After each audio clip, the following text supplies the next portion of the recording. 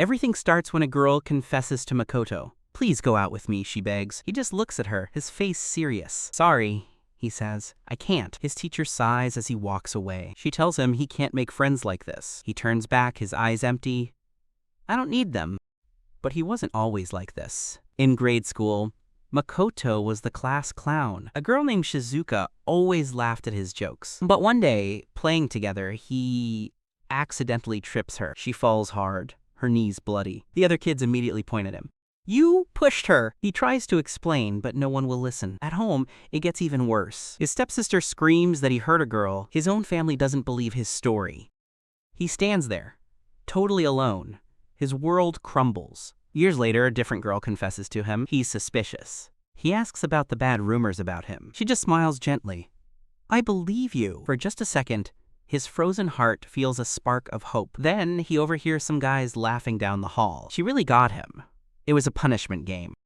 The spark of hope dies instantly. His world goes dark. He was tricked. Again, now we're back in the present day. A familiar voice calls his name. "Hey, Makoto!" He freezes. It's Shizuka, the girl from his childhood. She smiles sweetly, asking to walk home with him. She tells him she wants to be friends again, to go back to how things used to be. Makoto's face is a mask of stone.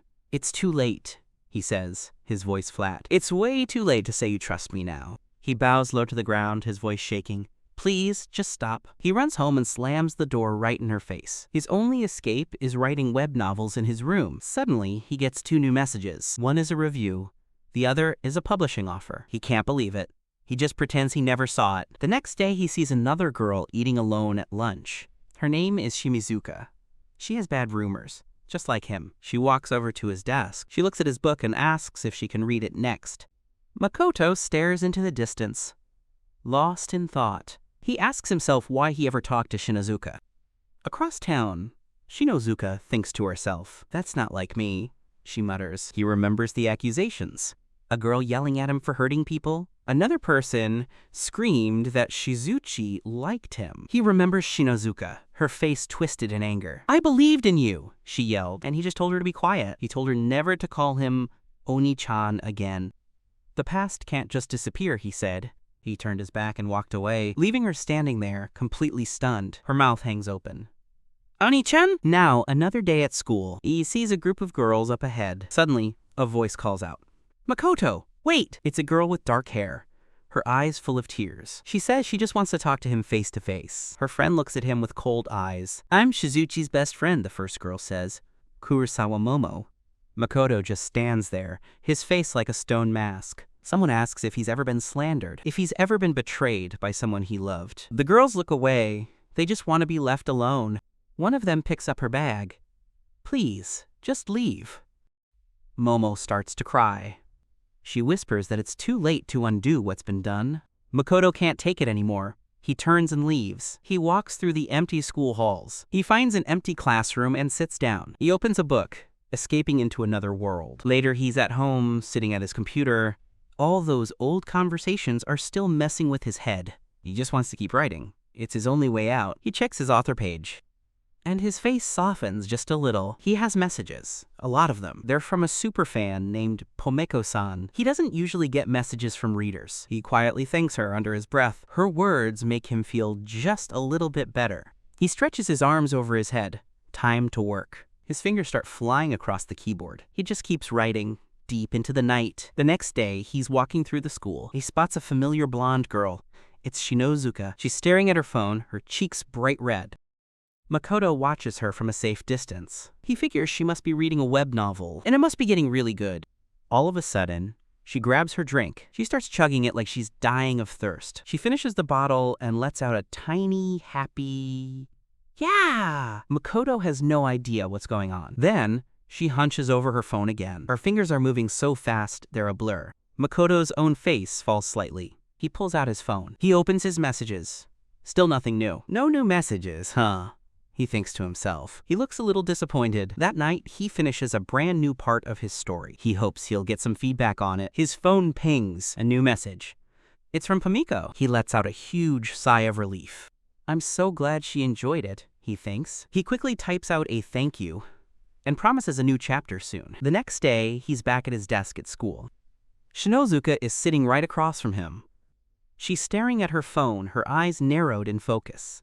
Makoto glances up from his own phone and looks at her. She feels his stare. "What?" she snaps. At that exact moment, his phone buzzes. It's a reply from Pomeko, but at the same time, her phone buzzes too. She looks down, totally confused. Makoto reads his message. He mutters, "If it's possible?" Across the table, Shinozuka absolutely loses it. Her face goes from 0 to 100, bright red. "If what is possible?" she screams in her head. She's so mortified, she lets out a little gasp. Her phone slips from her shaking hands. It clatters onto the floor between them.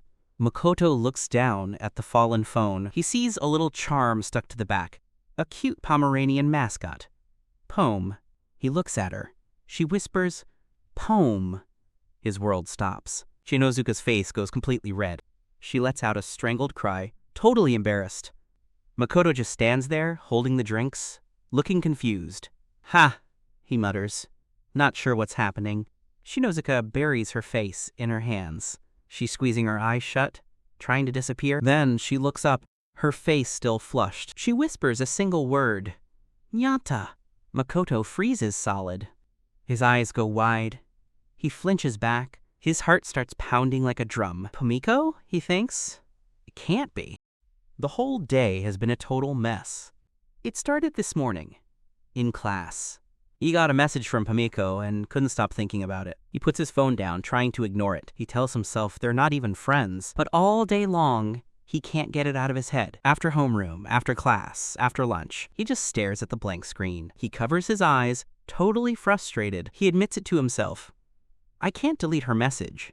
Meanwhile, Shinozuka is lost in her own thoughts. She decides to just erase his message and move on. The day just keeps getting more complicated. At the end of the day, the teacher has an announcement. "We're making groups for the school trip." Makoto's blood runs cold. He remembers the last trip, being completely alone. The memory makes him feel sick. As students start talking, he stands up. He grabs his bag, thinking, time to go home. He tells the teacher he's leaving early. Shinozuka watches him walk out of the room. Her face turns a bright red. She sits alone at her desk, fuming. She mutters a curse under her breath.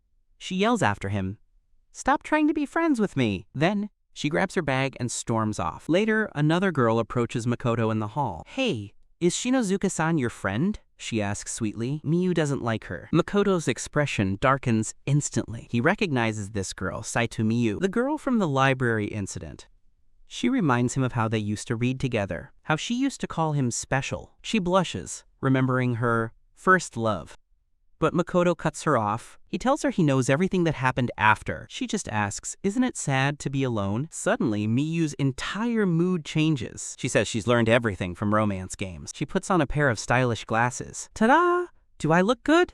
She winks. She strikes a pose, surrounded by little hearts. "My secret glasses are on." Makoto just stares, completely unimpressed. He pulls out his phone to escape the conversation. His screen lights up. A new message. From Pomeko. She apologizes for what happened. She says she's looking forward to his new novel. No need to reply. The message ends. Makoto is in total shock. He thought he'd never hear from her again. A warm feeling spreads through his chest. He thinks, maybe I'm feeling happy now? He decides to go home and get writing. But at home, his sister Haruka is waiting. "Oni-chan, let's go shopping," she cheers. His mom steps in. "We should all go as a family," Makoto snaps. "So now you're trying to look after me?" His mom brings up hearing that he's always alone. His sister even asks about his Invisi friend. He's overwhelmed. Haruka sees his face and runs off, embarrassed. Makoto has to get out of there. He escapes to an old, rundown mall. He finds the food court. It's totally empty. Perfect, he thinks. Now I can write without any distractions. But then he sees someone. Across the empty food court, sitting all alone, Shinozuka-san. Why is she here? He watches her smile softly at her phone. At that moment, he gets a notification. A reader is thanking him for his latest chapter. The message gives him a jolt of courage. He clenches his fist. Right, he walks to the counter. 2 orange juices, please. And that brings us back to right now. Face to face. The secret out. His mind is reeling. She knows. He just stares at her. She's Pomeko. He finally speaks, his voice cracking. How did you know? His online identity is completely blown. Shinozuka's face flushes a deep red. She points an angry finger at him. You heard it from someone else, didn't you? He just sips his juice, trying to look cool. I won't be your friend, so relax. He thinks that will shut her down. He is very, very wrong. Her entire expression darkens. That's no excuse, she roars. She calls him by his name. And Nyanta. He flinches. Hearing it out loud is so weird. She is not holding back anymore. You always include so many dead people. Her voice echoes in the empty food court. Veins pop on her forehead. She is furious. Your stories really hurt me inside. You should value your characters more. Really, he just stands there, totally stunned. This isn't just some random girl. This is Pomeko, his #1 fan. He looks down, thinking hard. He processes her words, her passion. Then, he looks up at her again. He holds up his smartphone.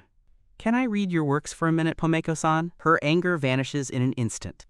She just stammers, WHA? Her face turns a new shade of red. She looks away, completely flustered. Okay. But just because the heroine is cute, a small smirk plays on his lips. He opens her author page. Romance? What a venturous genre. No, wait. My old ones are all essays. Too late, he's already started reading. Oh, it starts with a sudden dumping. He glances at her.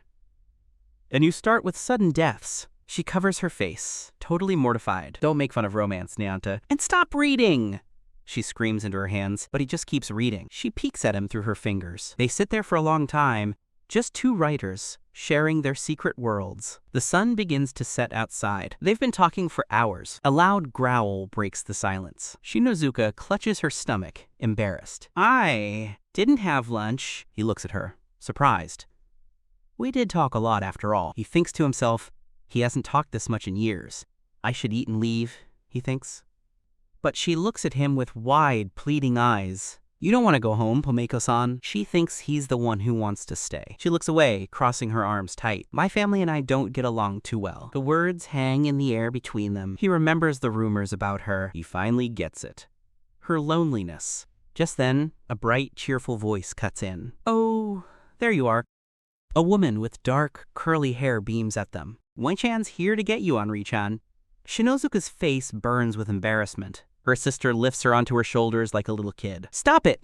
Shinozuka wails, flailing. The sister spots Shinju. Her eyes sparkle. Oh? Is this your friend, Henri-chan? Shinozuka's head whips around. We aren't friends, she shouts. At the exact same second, he says it too. We are not friends. Their denials are in perfect, angry sync. The sister freezes, mid-smile. Her jaw drops. She looks back and forth between them. She's completely stunned into silence. Then her smile returns. Hello there. I'm Henri-chan's sister, Saiko. Shinju timidly introduces himself. Saiko hears his name and her eyes light up. She compares him to a popular anime hero. He has no idea what she's talking about. Shinozuka has had enough. I'm leaving, and we are not friends. He just shrugs back. Yeah, I don't plan on it. But as they part, Seiko's eyes go wide with a shocking realization. The next day at school, a new project is announced. It's time to make groups for the class trip. The classroom instantly erupts in excited chatter. But Shinju just sits there, completely alone. He stares down at his desk, looking bored. He thinks it's a pain to even try talking to people. He's used to being left out anyway. Meanwhile, the other students are already whispering. What do we do if we get Shinozuka? A girl asks. Ew. No thanks, her friend replies. Then they turn their attention to Shinju. Haha, and what about that weirdo? A guy snickers. Shinju hears every single word. His face is a mask. He tells himself he can just handle things on his own. But then, a sharp gasp from across the room. It's Shinozuka. She's clutching her stomach. Her face is pale. She looks like she's in pain. Everyone turns to stare at her. The whole class goes quiet. What's wrong with her? Shinju looks up, totally confused. Shinozuka's pained look twists into pure anger. She slams her hands on her desk and stands up. The whole room rattles with the sound. Her eyes are blazing with fire. She throws her hands straight into the air. We're just two people now, she declares. The class is stunned into absolute silence. She points right at a bewildered Shinju. She announces they will be the Shinjo Shinozuka group. She glares at the rest of the class. Got a problem with that? Her voice rings through the silent room. She turns to the teacher. Is that allowed, sensei? The teacher just shrugs. Yeah, doesn't matter to me. And just like that, it's decided. They're a team. Shinozuka collapses back into her chair with a heavy thud. She crosses her arms, looking exhausted and annoyed. Shinju just watches her, a worried look on his face. She turns to him, cheeks flushed.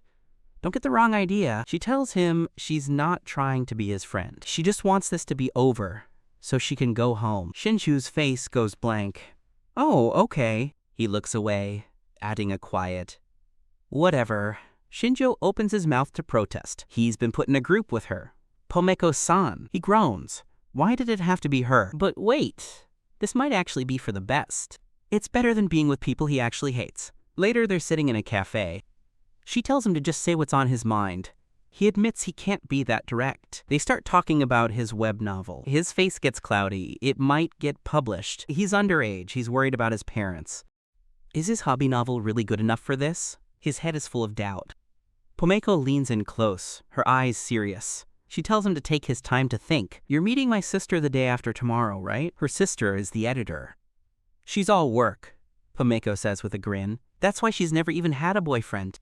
Shinju's eyes go wide. Her face is inches from his. He leans back.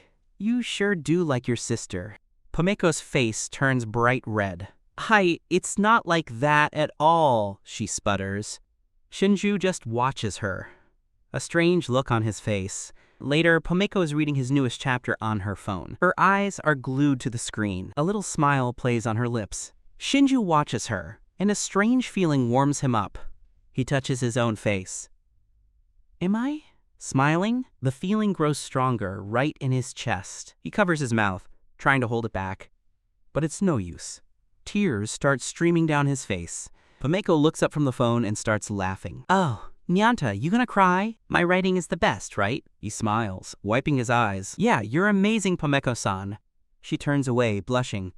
Fufu, if you say so. The next morning, Shinju's getting ready for school. His mom asks if he's leaving early again. He just mumbles, yeah, I'm off. He can't tell her about the novel. He knows she's a good person, but she's too direct. Her words always break his heart. He doesn't think she trusts him enough for this. His little sister runs up, shoving a snack in his hand. Have a safe trip, she yells with a huge smile. At school, things get even more complicated. He and Pomeko are called into the teacher's office. Their teacher smiles. You two get along surprisingly well. Shinju and Pomeko just stare back, dead serious. The teacher keeps talking, not noticing the mood. Finally, Pomeko cuts her off. You've got it all wrong. Her voice is cold. We're not friends. The teacher offers some advice instead. She says the world is full of irrational things. Find someone you can trust, she tells them. The words hang in the air. Shinju thinks about betrayal. He doesn't need friends. Pomeko thinks the same thing. Trust is for fools. They leave the office more confused than ever. What was the point of that conversation? As they walk, a voice calls out, Makoto-kun! A girl with short hair runs toward them. Long time no see. It's me, Kisaragi. Shinjo's mind is a total blank. I'm sorry, he says. Who are you? Her face falls. You gotta be kidding me. Then, a dark memory surfaces in his mind. A fake confession. A group of girls laughing at him. He realizes who she is. She was one of them. His expression turns to ice. If you'll excuse me, he turns his back on her and starts to walk away. She grabs his arm, stopping him. Wait, I was forced to do it. It was a punishment game. Tears well up in her eyes. Please, Makoto-kun, forgive me. She clings to his sleeve, refusing to let go. Shinju is trapped, his face a mask of shock and disgust. Then, a sharp voice cuts through the tension. That's IT. Pomeko storms over, her eyes blazing with fury. She shoves Kisaragi away from him. Shinju is busy. He's planning the outdoor class with me. He doesn't have time to idle around with you. Kisaragi's friend tries to interfere, reaching for Shinju. Pomeko slaps the hand away. Hard. Now scram.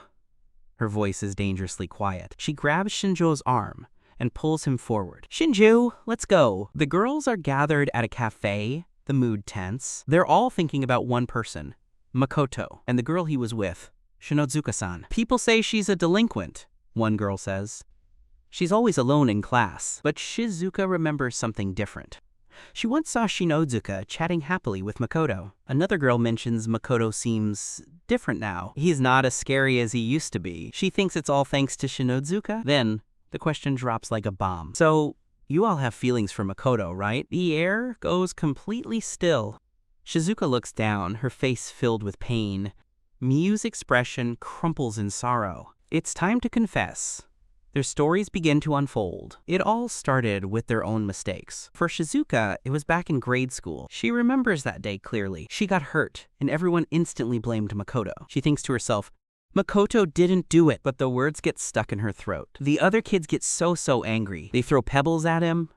They break his things. Shizuka was too scared to speak up, afraid they would all turn on her instead. So she stayed silent. She said nothing.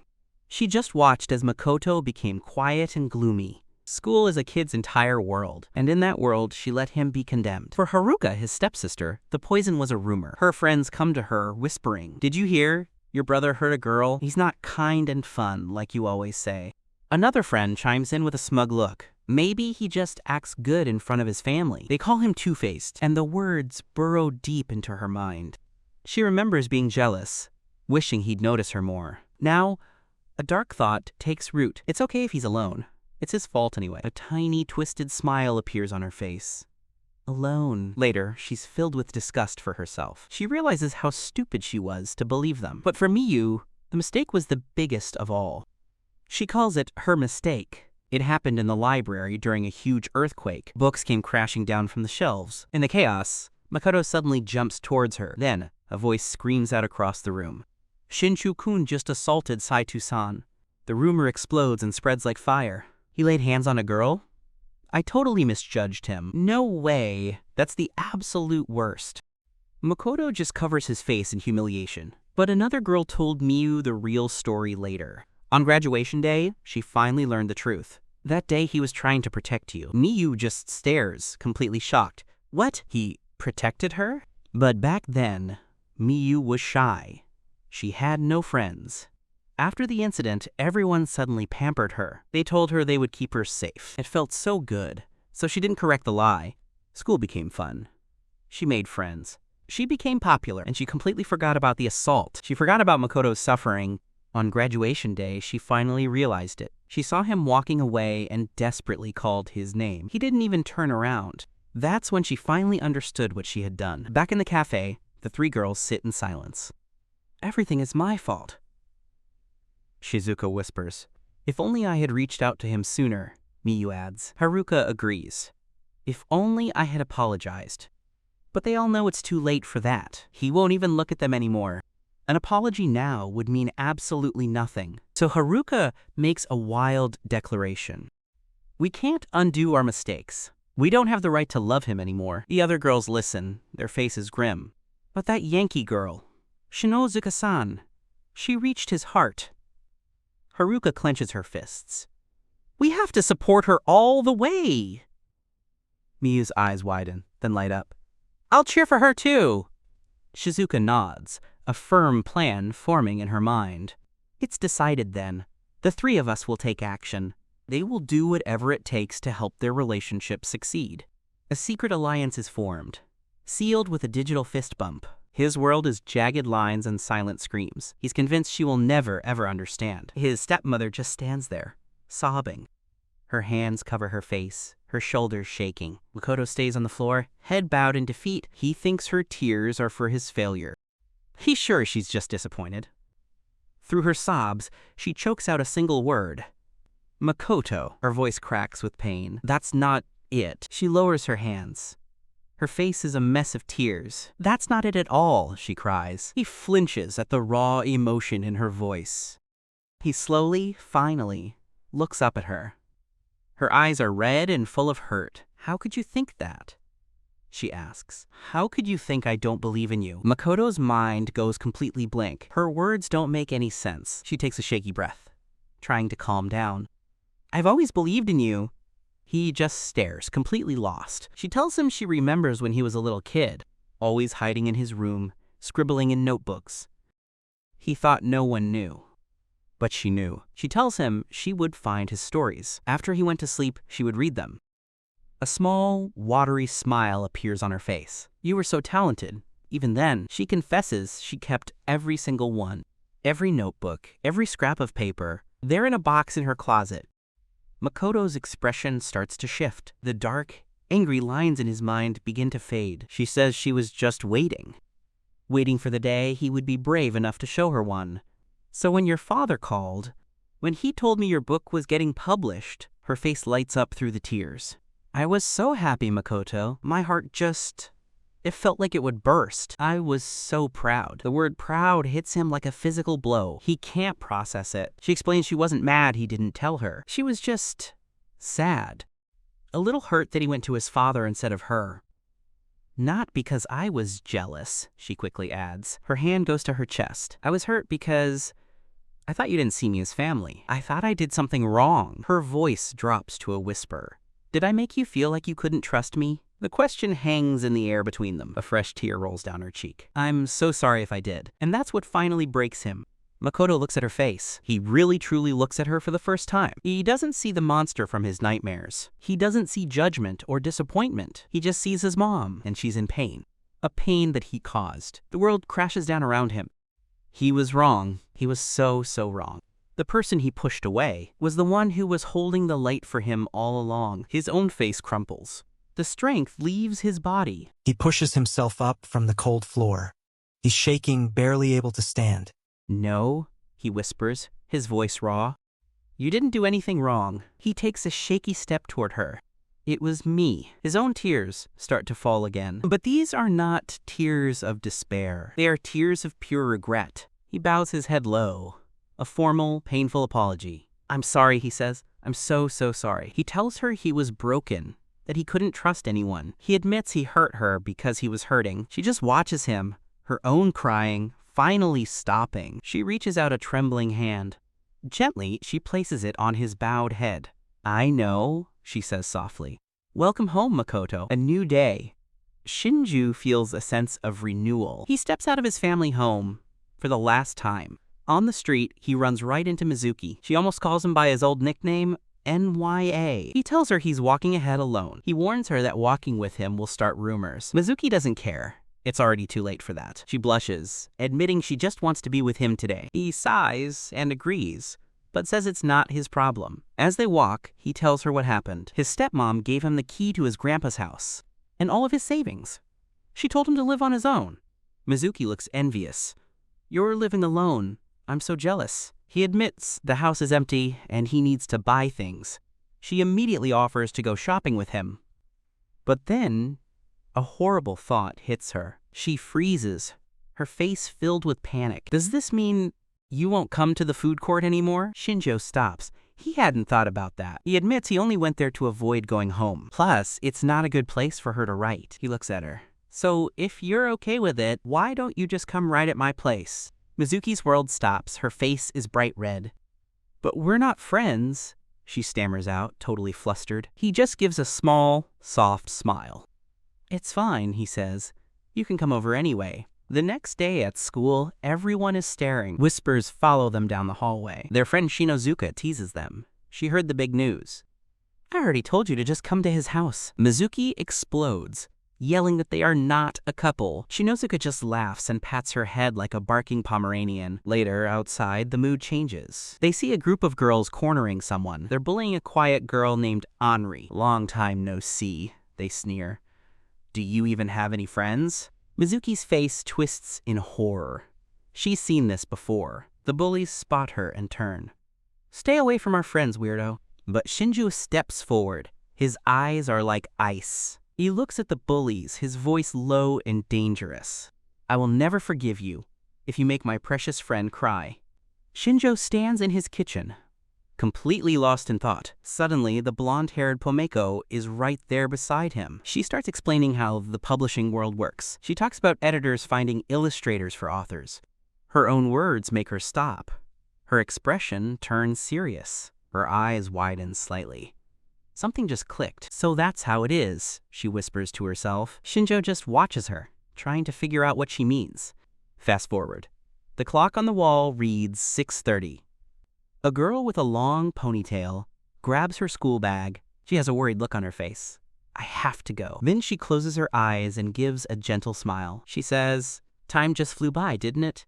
Shinjo watches her, listening to every word. The girl taps her chin. She just remembered something. She hasn't prepped dinner and needs to buy some. Shinjo's cheeks suddenly turn bright red. He stammers, tea then. How about we have dinner together? The girl looks down, her expression serious again. She says her big sister wants her to get some writing done, but she feels bad about bothering Shinjo. He asks if her sister will get worried if she's home late. No, she says, her voice surprisingly strong. A tiny blush creeps onto Shinjo's cheek. He gets an idea. Their trip is tomorrow. He says they should have an Eve party tonight. The girl's eyes go wide. They absolutely sparkle. Okay then, she shouts. I'll help too. And now, the help begins. But it's not her. It's Pomiko, standing over a cutting board with a huge knife. She looks totally overwhelmed. This is not going well. The camera pans down. It's a disaster. Veggies are mangled. The knife is stuck in the board. Shinjo tells her, his voice strained, that's all the vegetables. Pomiko isn't fazed. Her eyes are burning with fighting spirit. I wasn't giving it my all. Hand me the next one. Shinjo's face goes pale. This is a nightmare. He thinks to himself, she's gonna hurt herself at this rate. Then Pomiko freezes. She holds up a dishcloth. Oh right, she says, like nothing happened. I forgot to wipe down the table. She turns to him with a sheepish grin. Can you do that for me? Shinjo walks down the stairs, all alone. Other students are taking selfies, laughing together. On the bus, he just stares out the window, lost. He's like a ghost on his own school trip. But that was then. Today is different. It's early morning. Shinjo stands on the street, waiting. He checks his watch. He's way too early. Suddenly, a voice shouts his name. Shinjo! It's Pomiko. She's shocked to see him. She tries to act casual, but her face is beet red. They start walking, a few feet of awkward space between them. Shinjo stares at her back. His heart is pounding. He has to say something. He takes a breath. Your outfit today, he starts. She freezes, her eyes going wide. Huh? My outfit? He leans in and whispers it so only she can hear. It fits you perfectly. You look so cute. Her whole face explodes in a blush. She turns away, admitting she dressed up just for today. Shinjo can't help but smile. A direct hit. Later, they bump into their teacher. I see you two are getting along well, she says. Shinjo grins. Yep, we've become friends. The word friends hits Pomiko hard. She remembers calling him a scary-eyed Yankee. His smile fades. He asks her, so even now? He says he has no intention of trusting anyone. Pomiko looks down. Forget what I said. The happy mood is gone. The air turns cold. But then she looks at him with new eyes. But if it's with you, she thinks to herself. Before she can say it, Shinjo points suddenly. Hey, there's a mucky shop. Let's go. Pomiko snaps. The tension breaks in a weird way. It's not a mouse, she yells, her finger shaking. It's Mucky, the mascot of destiny. A chinchilla. Shinjo is totally lost. He just apologizes. I see. Sorry. He sees his chance to change the subject again. He takes a deep, nervous breath. Hey, since we're here, how about we get a photo? Pomiko freezes. Her face turns a new shade of red. She looks down at her phone, completely short-circuiting.